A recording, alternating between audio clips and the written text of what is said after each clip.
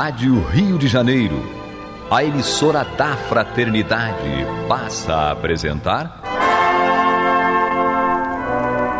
Luz na Penumbra, programa que leva ao seu coração a mensagem da doutrina espírita.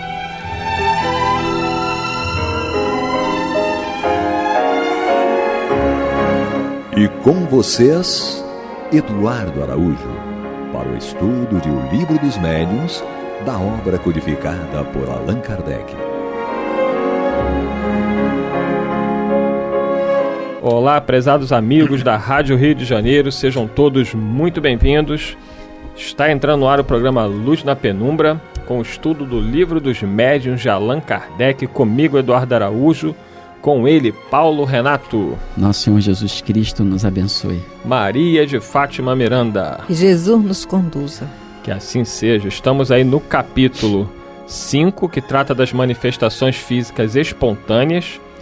E estamos agora no item Fenômeno de Transporte, que é o item 96 do Livro dos Médiuns. Então vamos dar continuidade agora nesse novo item. Tá funcionando aí, Paulo Renato. Tá, pode falar aí. Fala aí, Paulo Renato. Alô. Graças a Deus. Ele tá vendo se o microfone dele tá funcionando. Sim. Vamos nós aqui.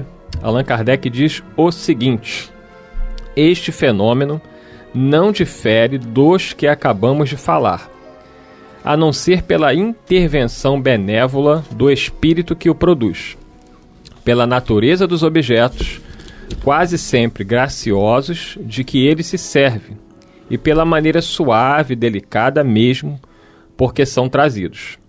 Consiste no transporte espontâneo de objetos inexistentes no lugar onde estão os observadores. Quase sempre são flores, algumas vezes frutos, doces, joias e etc. Interessante esse item 96, porque eu percebo que hoje em dia esses fenômenos são bem mais raros, não é, Paulo Renato? É, justamente. E a tendência é, digamos, nós tratarmos até esses fenômenos, à medida que a humanidade avança no progresso espiritual, tratarmos esses fenômenos com mais naturalidade também. Eu acredito que essa raridade em que nós encontramos esses fenômenos nos dias de hoje se deva a que nós necessitamos de compreender não só os fenômenos ditos espíritas, né, esses fenômenos mediúnicos, mas compreendermos as lições de que são tratadas na obra básica, na obra da doutrina espírita, né, as lições do Evangelho do Cristo. Então, se nós ficássemos apegados, digamos assim, muito ativos na análise desses fenômenos, que são muito atrativos, são muito, despertam muita curiosidade. Então, se nós ficássemos muito apegados a esses fenômenos, provavelmente nós descuidaríamos da questão doutrinária espírita, né, ou dessa questão doutrinária no aspecto moral que a doutrina espírita nos traz. Mas eu acredito mesmo que ao longo assim, de nossa evolução, esses fenômenos voltarão, mas num prisma diferente, e será tratado por todos nós com a naturalidade que nós não tratamos hoje. É interessante. Eu me chamou a atenção quando ele diz que esse fenômeno não difere do que vimos de falar, senão pela intenção benévola, né? Porque nesses casos aqui que ele cita, são coisas agradáveis, leves, né? E eu lembrei de uma palestra do Divaldo, onde ele fala quando esteve lá junto ao Sai Baba. E tem vários depoimentos que fala de uma senhora que tinha um anel, que perdeu tal. E o Sai Baba, num determinado momento, conseguiu apresentar um anel que tinha mesmo defeito, que eu acho que ficou amassado, alguma coisa assim. Quer dizer, pelo que foi colocado nessas situações, o Sai Baba devia ter essa facilidade para transportar objetos, não é? Com certeza. No livro Fenômenos de Transporte, do Ernesto Bozano, tem uma série de depoimentos e de análise sobre esse assunto, sobre o transporte, e inclusive com muitos com mais de 76, se eu não me engano, foi isso que ele relatou lá no livro, com 76 médiuns, né, que aqueles fenômenos, grandes médiuns, que aqueles fenômenos foram analisados todos com a veracidade científica, com os relatórios científicos, com os cuidados científicos. E tem uma citação lá muito interessante, que eu acho que se deu com William Crookes e um determinado médium, que o William Crookes trabalhava também, estudava a questão dos transportes, e Kardec aqui é muito lúcido dizer que é o que mais se presta à charlatanice, né, ao interesse inferior. E o William Crookes perguntou ao espírito se ele poderia materializar alguma coisa ali, alguma flor, o que fosse, e o espírito materializa uma flor em meio à mesa em que eles estavam ao redor, e depois o William Crookes falou para ele, não é o William Crookes, é o William Crookes. Eu estou tentando lembrar aqui do personagem do livro que estava nesse fenômeno. Falou para ele: você poderia atravessar a matéria, fazer o transporte de matéria através de matéria? Aí o espírito falou para ele: é impossível a matéria atravessar a matéria, mas nós vamos dar uma demonstração do que podemos fazer. E ele realmente faz, o espírito destaca lá da flor que ele materializou, destaca uma haste e faz com que aquela haste passe num determinado espaço da mesa, que era de madeira, pela descrição que Bozano faz com que ele passe aquele objeto, aquela haste da flor, naquele espaço que, segundo os relatórios, era impossível passar ali sem deformar a haste. Então ele falou, a conclusão deles no relatório é de que houve uma interferência espiritual, não necessariamente na mesa, mas na haste que eles estavam transportando através da madeira. Aí ali tem um levantamento interessante, uma observação interessante do Bozano, que diz que os críticos de ciência da época diziam que o fenômeno de transporte era impossível porque a exigência de energia era muito grande e o médium não teria como ceder uma energia de tal proporção e quantidade para produzir aquele fenômeno. Aí então os pesquisadores da época falaram: não, o fenômeno não é só físico, ele é psíquico também, né? Não é a questão só física, tem uma interferência de uma inteligência muito poderosa e com habilidades para manipular os fluidos, colocando aquele objeto que se deseja transportar numa condição que seja possível que ele atravesse a matéria. Mas a matéria no estado de matéria realmente não é como não se atravessa alterasse, né, alguma coisa na matéria molecular sem desagregar.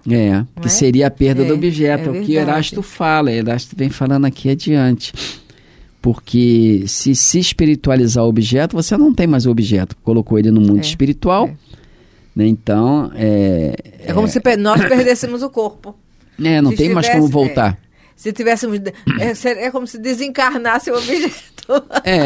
Aí vai... Uma vez, os átomos que compõem o corpo dispersos... Desagregam, Aí como é que vai juntar tudo para formar de novo o mesmo corpo?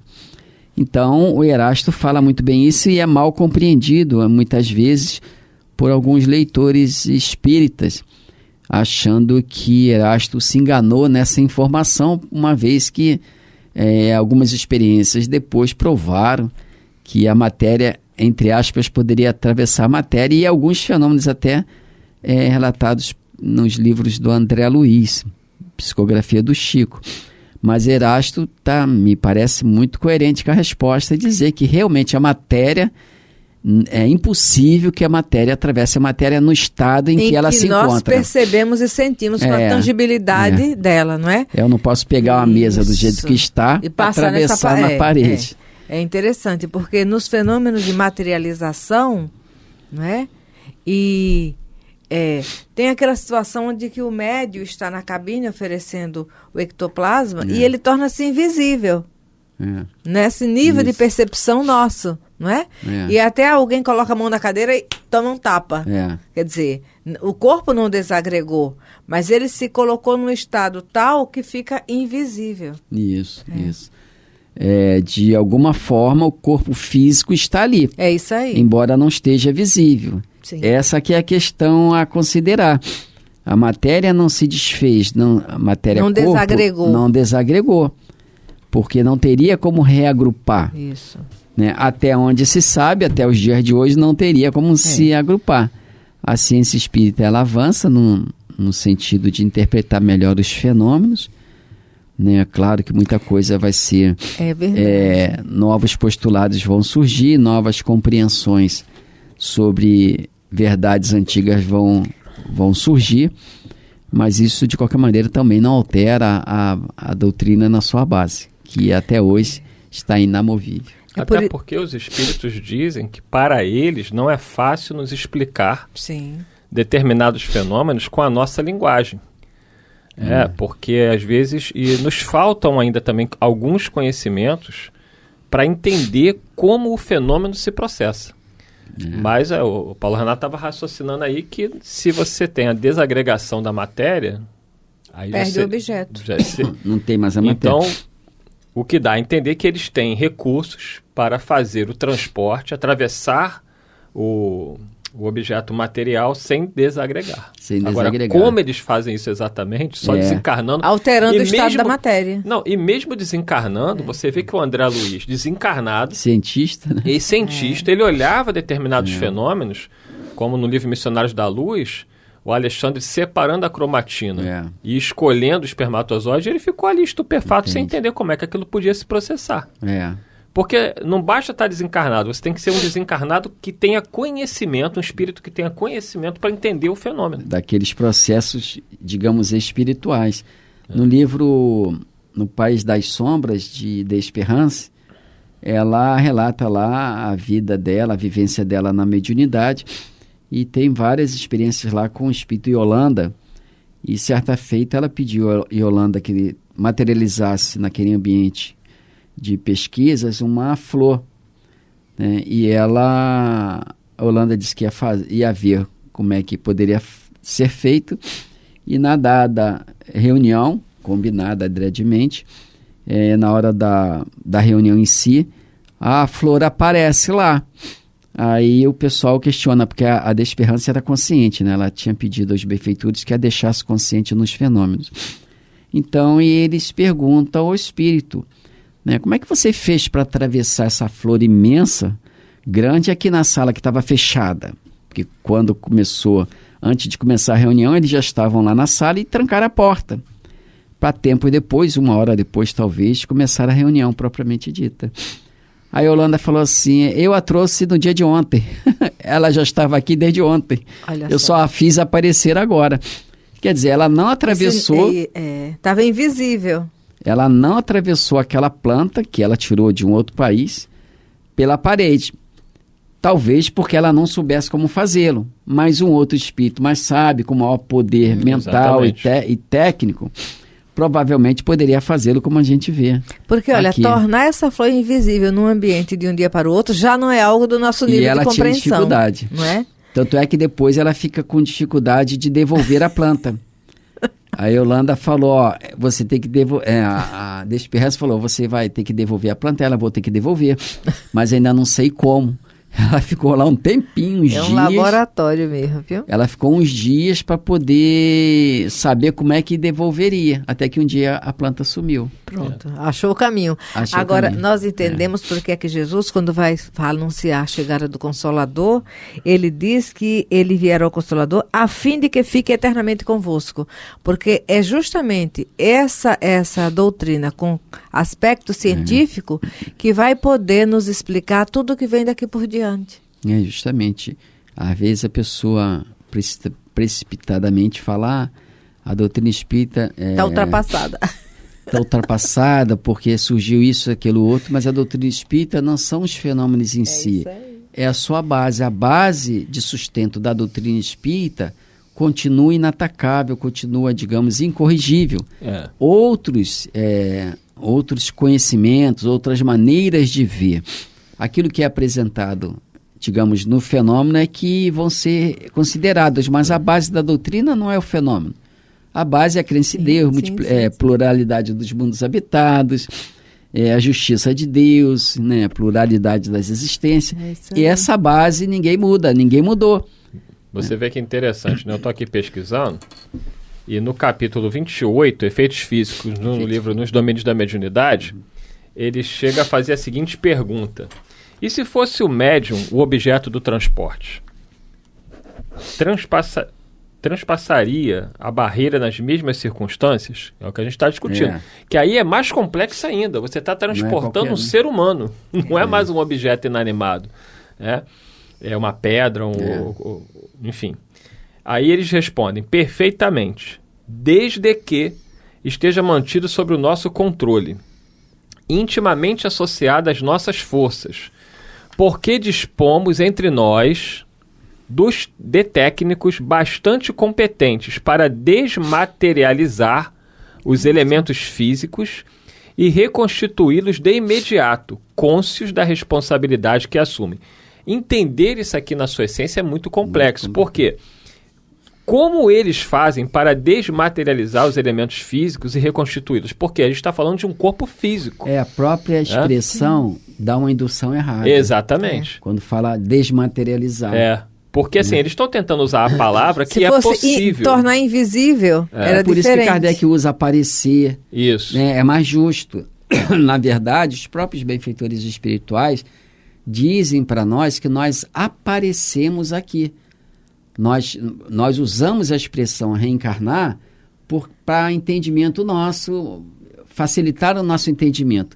Mas também nós, em linhas gerais... Em espírito não estamos aqui. Não, em conceitos mais profundos, né, mais extensos, na verdade não existe a materialização do espírito no mundo físico. Isso não é possível, pelo que a gente sabe, estudando a doutrina. E ele complementa aqui... O espírito aparece no mundo físico. E ele complementa dizendo o seguinte: as cidadelas... Aí entra numa questão da física e da própria física de Einstein e muito além, da física quântica e além da física quântica, porque olha o que ele vai dizer. As cidadelas atômicas em qualquer construção da forma física não são fortalezas maciças, que é o que a gente já sabe. Já sabe hoje. Os telescópios, né? Os físicos falam que era o átomo, aí depois o elétron, aí os quarks e os prótons, enfim, a divisão do elétron. É uma coisa que a gente ainda está engatinhando, e os próprios físicos ficam atônitos a cada vez que as descobertas vão acontecendo.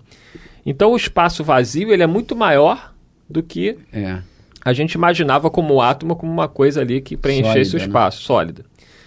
Aí ele fala o seguinte: o espaço persiste em todas as formações e através dele os elementos se interpenetram. Chegará o dia em que a ciência dos homens poderá reintegrar as unidades e constituições atômicas, com a segurança dentro da qual vai aprendendo a desintegrá-las.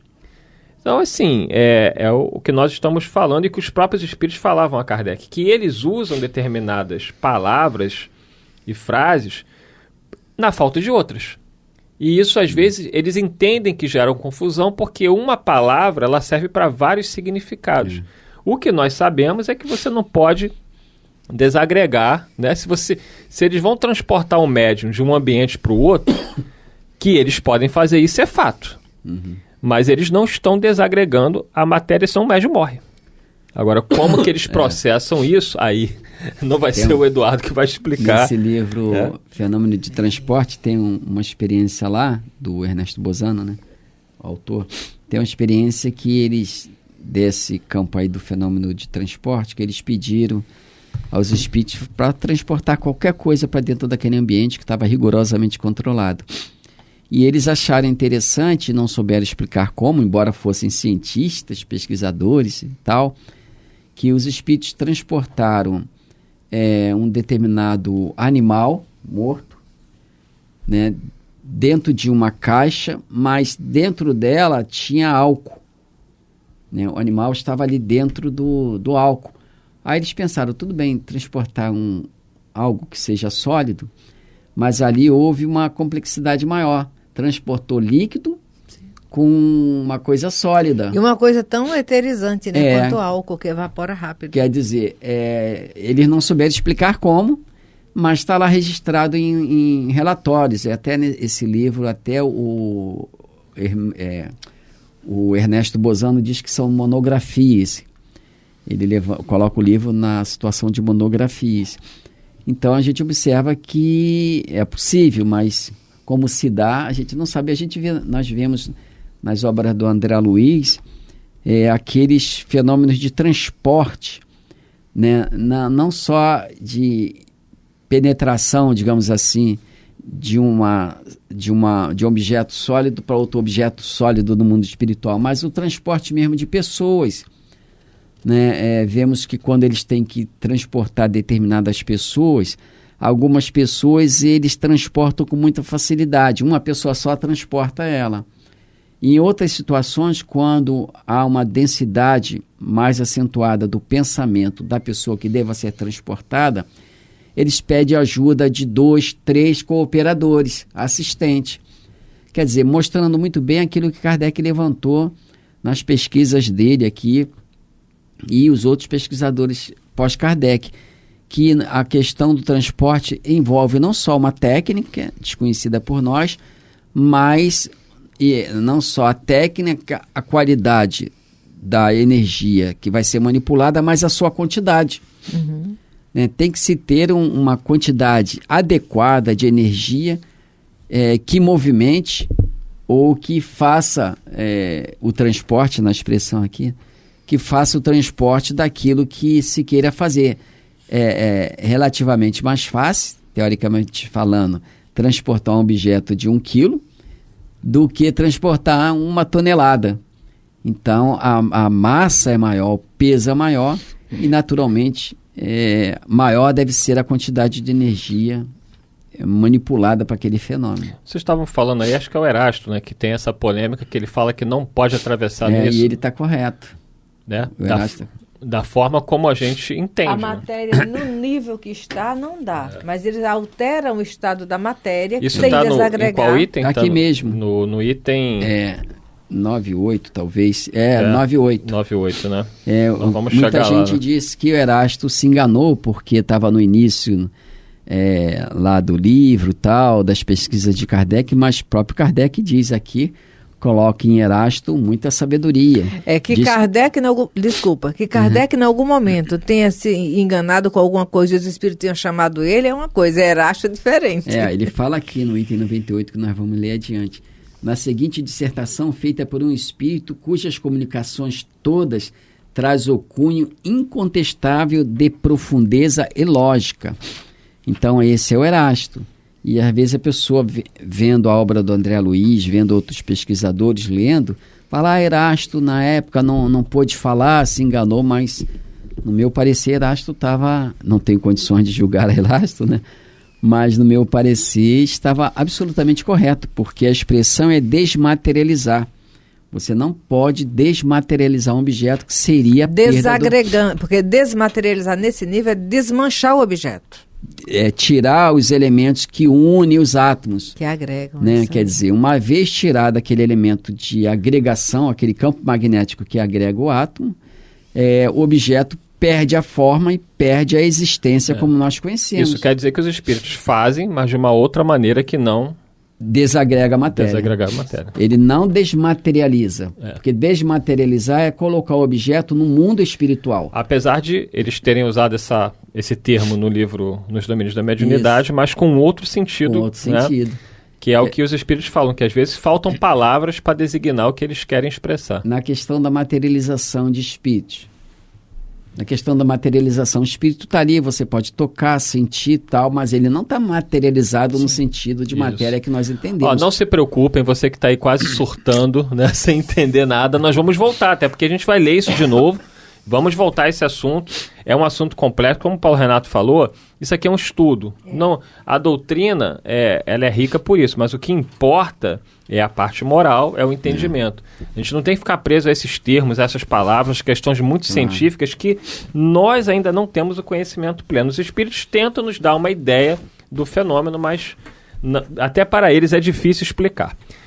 Acabou o nosso tempo, desmaterializou o nosso tempo. Isso. Muita paz a todos. Semana que vem estaremos de volta, se Deus quiser. Que Jesus nos conduza. Com a bênção de Deus. Você está ouvindo o programa Luz na Penumbra.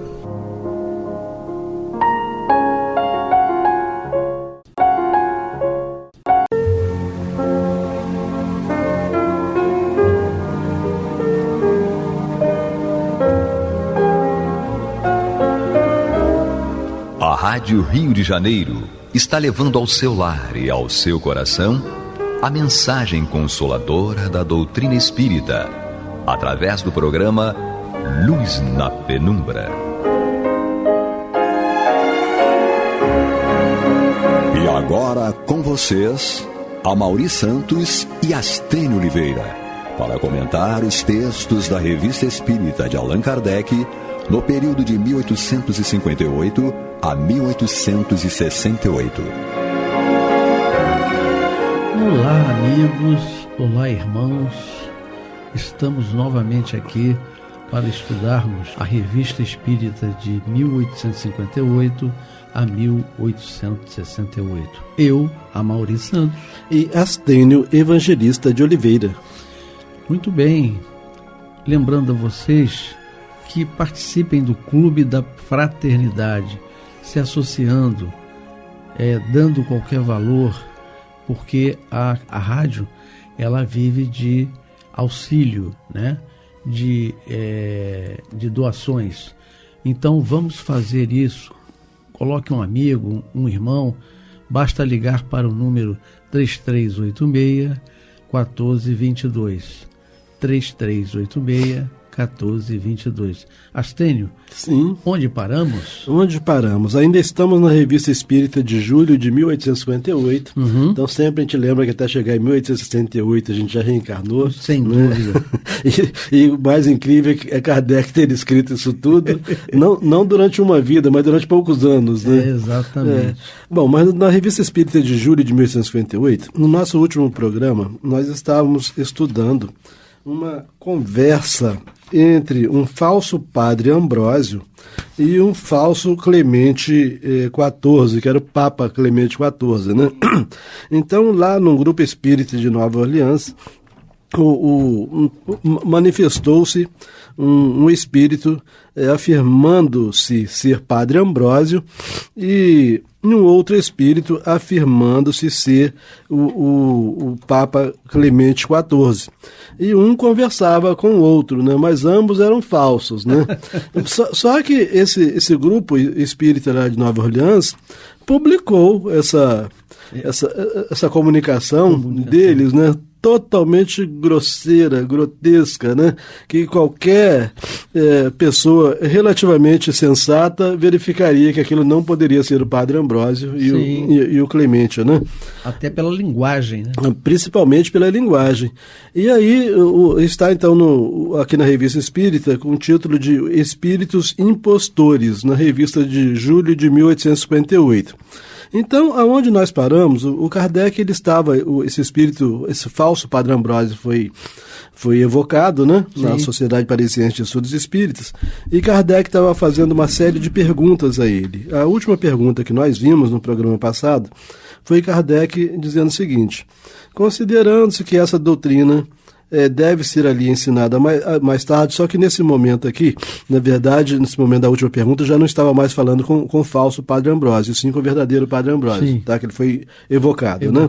Então, considerando-se que essa doutrina, que é a doutrina espírita, deve ser ali ensinada mais tarde, parece-nos que se o fosse imediatamente, aceleraria o progresso e evitaria que a incerteza prejudicial tomasse conta de algumas pessoas. Kardec, ele considerou que o pessoal lá de Nova Orleans não estava sendo devidamente orientado pela espiritualidade, né? Daí eles estarem ainda engolindo, engatinhando, e confundindo gato por lebre, essa coisa toda, né? Aí a resposta é o seguinte: os desígnios de Deus são frequentemente impenetráveis. Então, quer dizer, haveria uma razão para estarem deixando aquele pessoal ser enganado, né? Porventura não haverá outras coisas que vos parecem incompreensíveis nos meios que ele, Deus, né, emprega para alcançar seus fins? É preciso que o homem se habitue a distinguir o verdadeiro do falso, embora nem todos possam subitamente receber a luz sem se ofuscarem. Então foi permitido que o pessoal lá de Nova Orleans fosse enganado por esses espíritos, provavelmente por outros também, a fim de que eles aprendessem a distinguir o verdadeiro do falso, né? Bom, aí agora vem novas perguntas feitas por Kardec, em que ele indaga o seguinte: poderíeis, eu vos peço, dar-vos a vossa opinião? Então, só lembrando que agora já é o verdadeiro Padre Ambrósio, né? Poderíeis, eu vos peço, dar-nos a vossa opinião pessoal sobre a reencarnação? Ele responde o seguinte: os espíritos são criados ignorantes e imperfeitos. Uma só encarnação não lhes bastaria para tudo aprenderem. É necessário que reencarnem a fim de aproveitarem a felicidade que Deus lhes reserva.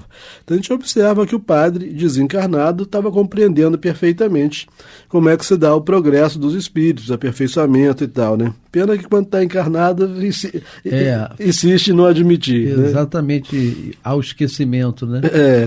Aí Kardec volta a indagar: a reencarnação pode ocorrer? Essa pergunta do Kardec está até relativamente sem sentido, né?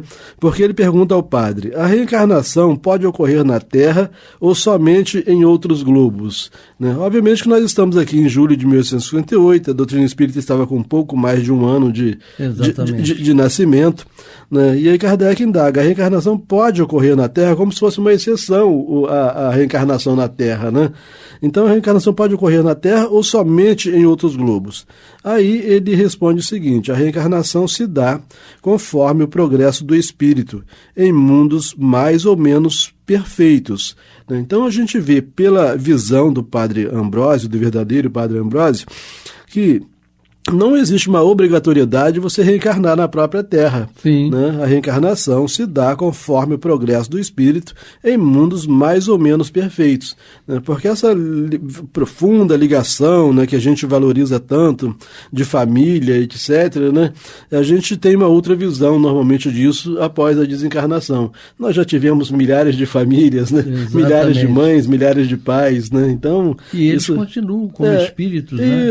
A evoluírem. Só deixa de ser mãe, deixa de ser pai. Né? Então, eu estou dizendo assim, quando a gente desencarna, a gente observa que esse laço todo, né, que a gente faz tanta questão, se prende tanto no mundo físico, que as leis naturais não homologam, né, esse apego todo. É, né? Verdade. Né? Bom, aí Kardec diz, inclusive eu até anotei, né, quando ele responde: a reencarnação se dá conforme o progresso do espírito em mundos mais ou menos perfeitos. A gente se lembra que Jesus já tinha adiantado isso ao dizer que há muitas moradas na casa do Pai. Exatamente. Né? Se há muitas moradas, é porque nós podemos morar em qualquer delas. Né? Exatamente. Não adiantaria morada com porta fechada, não é isso? Exatamente. Bom, aí o Kardec faz uma 11ª pergunta aqui dentro desse tema. Isso não esclarece se a reencarnação pode ocorrer na Terra. Não é estranha a pergunta de Kardec, né? É verdade. Ele faz isso não esclarece se a reencarnação pode ocorrer na Terra. Bom, o óbvio pra gente é que a reencarnação, né, se você tem um mau relacionamento aqui na Terra, deve ser aqui na Terra que você deve reencarnar para corrigir essa coisa toda, né? Bom, mas então Kardec fez isso. Perguntou isso, né? Isso não esclarece se a reencarnação pode ocorrer na Terra. Aí ele respondeu o seguinte: sim, pode ocorrer. Entendeu? Não é que. Mas dá a impressão de que se pode ocorrer é porque normalmente não ocorre. Exatamente. Né? Então seria uma exceção. Né? Exatamente. Fazer, sim, pode ocorrer. E se o espírito a solicitasse como missão, então se o espírito solicitasse a reencarnação na Terra como missão, isso seria mais meritório para ele e o faria avançar mais do que se pedisse para nascer em mundos mais perfeitos. Né? Então, a gente se lembra, né? Todos os espíritas conhecem o caso de Bezerra de Menezes, né? Que foi autorizado formalmente, né? a ir para outros mundos, a encarnar em mundos mais elevados, e ele declinou do direito, né? Exatamente. E aí esse Padre Ambrósio aqui, que é o verdadeiro Padre Ambrósio, ele diz que se o espírito solicitasse a reencarnação na Terra como missão, isso seria mais meritório para ele e o faria avançar mais do que se pedisse para renascer em mundos mais perfeitos. De qualquer forma, está um recadinho para a gente aqui, né? A gente fica doido para ir para Júpiter e tal. Né? Então, a gente gostaria de estar num mundo melhor, né? Mas aí parece que mais uma reencarnação como missão na Terra, mas é interessante destacar a questão como missão, né? Porque se é como para prova, se é para expiação, tendo em vista... Aí é comprometimento. Tendo em vista as suas escorregadelas, aí isso não faz avançar mais depressa, né? O negócio é se você já pode não reencarnar na Terra e ainda assim você pede para reencarnar na Terra para cumprir essa ou aquela missão, né? Aí sim, essa é mais meritório, né? Então, tá claro? Tá claríssimo. Tá claríssimo, né? Bom, aí agora o Kardec fala o seguinte: rogamos a Deus Todo-Poderoso permitir ao Espírito que tomou o nome do Padre Ambrósio que se comunique conosco. Então, se é o que tomou o nome, agora ele está convocando o falso. Está evocando o falso. O falso, Aí ele evocou e o falso padre então se apresenta: eis-me aqui, mas não queirais me confundir. Quer dizer, já tá com medo do que vem por aí, né? Aí Kardec fala: és verdadeiramente o Padre Ambrósio? Em nome de Deus, intimo-te a dizer a verdade. E ele responde: não. Quer dizer, então, ele afirma que ele que se manifestou lá na outra cidade, né, lá em Nova Orleans, né, como Padre Ambrósio, que não era o Padre Ambrósio. Aí Kardec pergunta o seguinte: que pensas do que disseste em seu nome? Quer dizer, que pensas do que disseste em nome do Padre Ambrósio, né?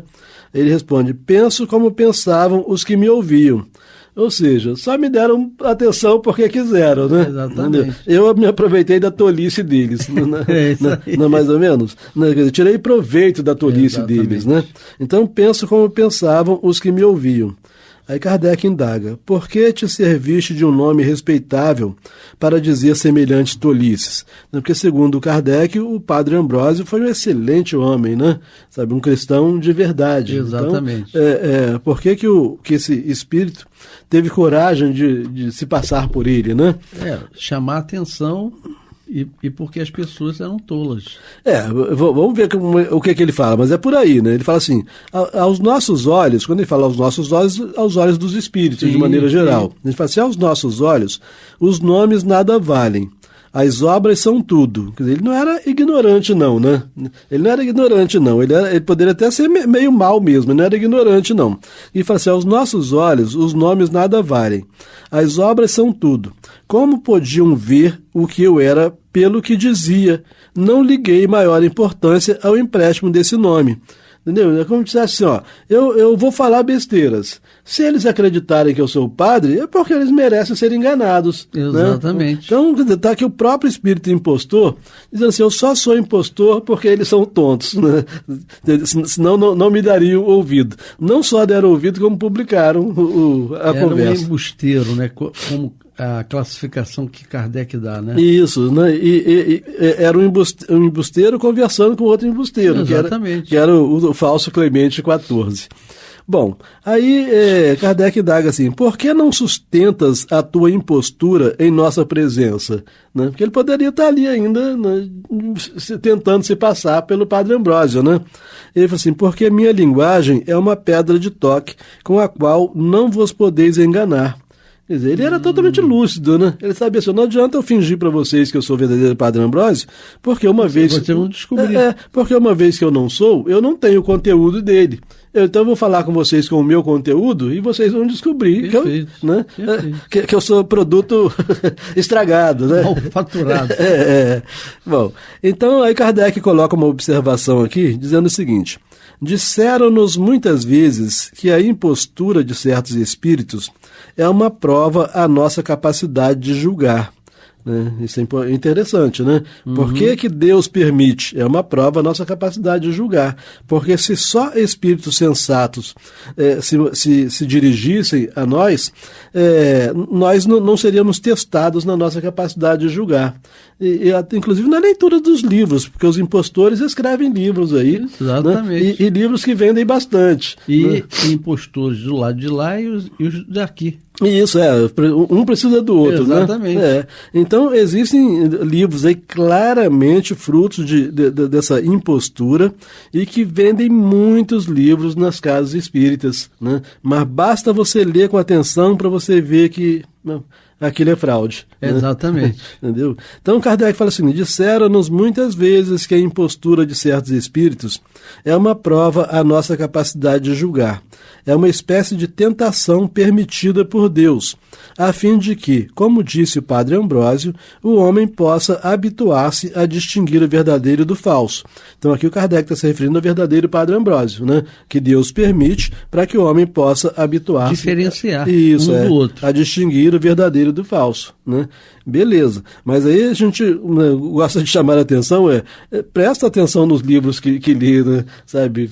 Usa a sensatez de Kardec, o bom senso de Kardec, para poder analisar, porque um espírito efetivamente superior não se contradiz nunca, né? Nunca vai nos induzir a ter comportamentos... E um espírito evoluído, né? Ele sempre fala para a coletividade. Ele não fala eu. Sim, ele não usa nós. Entendeu? Sim. Então, isso já é uma marca, né? Quando ele fala eu acho, eu faço, sim, eu digo, eu afirmo. Então, eu sou superior. Então, que ele não é. Então você pega teve um livro, não vou citar nome para não criar problemas, né? Mas tem um livro que vendeu muito, ainda vende até hoje, né? Mas no início do lançamento dele ele vendia muito, em que o espírito, né, que se fazia passar por uma médium que trabalhou com Kardec, né, dizia que tudo que... Isso já logo na introdução do livro, que já seria suficiente para você acender o sinal vermelho, né? Exato. Dizia que tudo que foi dito em doutrina espírita até hoje foi apenas um ensaio, né, um treino, que a doutrina espírita verdadeira viria a partir de agora com esse grupo de espíritos, né, que estava, sabe... Está claro que a fraude está patente, né? Exato. Mas vendeu muito, e teve gente que adorou, porque ele dizia que não precisava muito sacrifício para poder progredir, não precisava... Nossa, entendeu? Bom, então, Kardec indaga o seguinte: que pensas de teu camarada Clemente XIV? Então a gente nota que ele está falando agora com o falso padre Ambrósio e perguntando qual a opinião com relação ao Papa. Em relação ao Papa, o falso Papa também, né, que ele andou conversando lá em Nova Orleans, né? Então, esse padre Ambrósio, o Clemente XIV, era um espírito simpático ao falso padre Ambrósio, né? Aí ele responde o seguinte, o falso padre Ambrósio responde o seguinte: não vale mais do que eu, ambos necessitamos de indulgência. Então, está dizendo assim, o Clemente XIV é um espírito que não vale mais do que eu, tá certo?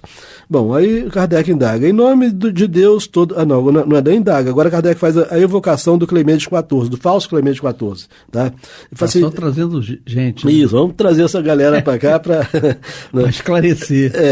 Aí ele fala assim, estava confrontando, né? É verdade. Aí ele fala assim, em nome de Deus Todo-Poderoso, rogo-te que venhas. Aí ele automaticamente diz, estou aqui desde que o falso padre Ambrósio chegou entre vós. Quer dizer, quando o padre Ambrósio entrou, ele entrou também. E a gente já conversou em outros programas, né? Porque que normalmente quando o espírito é evocado, ele já está no ambiente. Ele já está porque quem evocou não improvisou a evocação, já pelo menos pensou antes em evocá-lo. É o pensamento. Isso, uma vez que você pensou, já está evocado. Né? Evocado. Bom, então por que abusaste da credulidade de pessoas respeitáveis para dar uma falsa ideia da doutrina espírita? né? Olha a falsa ideia da doutrina espírita que nós temos nesses livros modernos que vendem muito, né? Trazendo falsa ideia da doutrina espírita. Então, por que abusaste da credulidade de pessoas respeitáveis para dar uma falsa ideia da doutrina espírita? Ele responde, aí ele responde com uma pergunta. Ele fala, por que nos inclinamos ao erro? É porque não somos perfeitos. Então, começou já a arrumar uma desculpinha que ele abusou da credulidade de pessoas respeitáveis porque ele não era perfeito. Mas, na verdade, também porque aquelas pessoas respeitáveis não eram perfeitas, né? Exatamente. E ele sabia que podia manipular. Podia manipular. Tinham até boa fé, mas eram ignorantes, né? Bom, aí continua. Não pensastes ambos, quer dizer, o padre e o Clemente, né? O Papa, né? O falso Papa. Não pensastes ambos que um dia vosso embuste seria descoberto e que os verdadeiros Padre Ambrósio e Clemente XIV não se exprimiriam como o fizestes? Aí ele responde o seguinte, então a gente está aqui com o Clemente XIV, né? Sim. Ele fala assim, os embustes já eram conhecidos e castigados por aquele que nos criou. Os espíritos tinham até ideia de Deus, né? Sabia que Deus corrigiria, mas a teimosia do homem, né? Isso não é nada estranho. Isso aí é igual o homem encarnado, né? É o homem encarnado na outra dimensão. Ele continua sendo o que é. Sim, a gente vê quantos maus políticos, né, falando em nome de Deus, né? Então, exatamente. Quer dizer, continua a mesma coisa, né? Bom, Kardec fala o seguinte, pertenceis à mesma classe dos espíritos a que chamamos batedores, estão dentro daquela classe, né? Sim. Terceira ordem, segunda ordem, primeira ordem, e lá a terceira ordem dividida em 5 classes e tal, e uma delas seria espíritos batedores. Aí Kardec fala, pertenceis à mesma classe dos espíritos a que chamamos batedores? Ele diz, não, porque ainda é preciso raciocínio para fazer o que fizemos em Nova Orleans. Então, na visão dele, os espíritos batedores nem raciocinam. E eles, para poder fazer o que eles fizeram, eles precisavam raciocinar. É como se eles fossem um pouquinho mais avançados do que os espíritos batedores, sim, né? Bom, aí é feita uma pergunta ao verdadeiro Padre Ambrósio. Esses espíritos impostores vos estão vendo aqui? Então Kardec perguntou ao verdadeiro Padre Ambrósio, que estava lá, sim, se os impostores estavam vendo o verdadeiro Padre Ambrósio, né? E ele responde, sim, e sofrem com o meu olhar. Né? Então, quer dizer, eles estavam extremamente... Nível, né? O nível deles...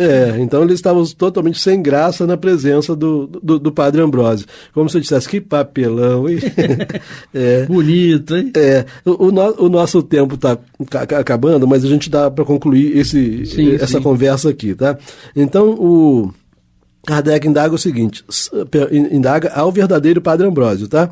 São errantes ou reencarnados esses espíritos? Então Kardec queria saber se naquele momento que estavam se comunicando, se o Padre Ambrósio e o Clemente XIV se eram errantes, desencarnados, né? Ou reencarnados esses espíritos. Faz muito sentido a pergunta de Kardec, porque, por exemplo, o Clemente XIV, ele desencarnou parece que em 1667. Então nós estávamos aqui em 1858, né? Quer dizer, quase 200 anos depois. Então ele poderia estar encarnado e ser evocado, né? Então são errantes ou reencarnados esses espíritos? Aí ele responde, o verdadeiro Padre Ambrósio responde, errantes não seriam suficientemente perfeitos para se desprenderem, caso estivessem encarnados. Então esses espíritos, nessas condições, se eles estivessem encarnados, eles não conseguiriam ser evocados, porque estão materializados e tal, que não se desprenderiam, né? Bom, surge uma informação que é importante para a gente, né? Não é qualquer espírito encarnado que pode ser evocado, né? O que se for evocado vai atender, né? E aí na penúltima pergunta, né, feita aqui ao verdadeiro Padre Ambrósio, o Kardec fala assim, e vós, Padre Ambrósio, em que situação vos encontrais? Aí ele fala assim, olha só a informação, encarnado no mundo feliz e desconhecido de vós. Então o Padre Ambrósio, verdadeiro, naquele momento, ele estava encarnado num outro mundo. né, e foi no mundo feliz. E ao ser evocado, atendeu. Né? Então isso aqui é super importante para a nossa formação como espíritas. Aí a última pergunta, a gente termina. Não é nem pergunta, é um agradecimento. Nós vos agradecemos pelos esclarecimentos que tivestes a bondade de dar-nos. Seríeis por demais benévolo para virdes outra vez entre nós, dizer-nos palavras de bondade e ditar-nos uma mensagem capaz de mostrar a diferença entre o vosso estilo daquele que vos usurpou o nome, entre o vosso estilo e o estilo daquele que vos usurpou o nome. Ele responde: estou com aqueles que querem o bem da verdade. Então, quer dizer, ele poderia vir outra vez para escrever, para mostrar a diferença do estilo dele para o estilo dos outros. Bem, sim? Astênio, acabou. Acabou, lamentavelmente. E nós agradecemos a vocês que acompanham o estudo, lembrando da Clube da Fraternidade, 3386-1422. E eu me despeço, Amaury Santos e Astênio Evangelista de Oliveira.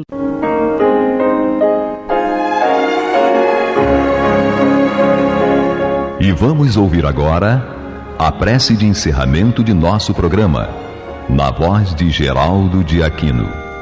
Jesus, dá-nos coragem para a luta, piedade para os insultos e misericórdia para as injustiças e ingratidões. Limpa nossa alma de inveja e ambições mesquinhas, de ódio e de vingança o nosso caminho. E que dentro em pouco, ao recolher-nos de novo ao calor do nosso leito, para que o sono nos dê a paz e o esquecimento das tristezas humanas, possamos sentir, Senhor, no mais íntimo de nosso ser, a doçura indefinível do Teu amor e a grandeza incomparável da Tua divina presença. Que assim seja.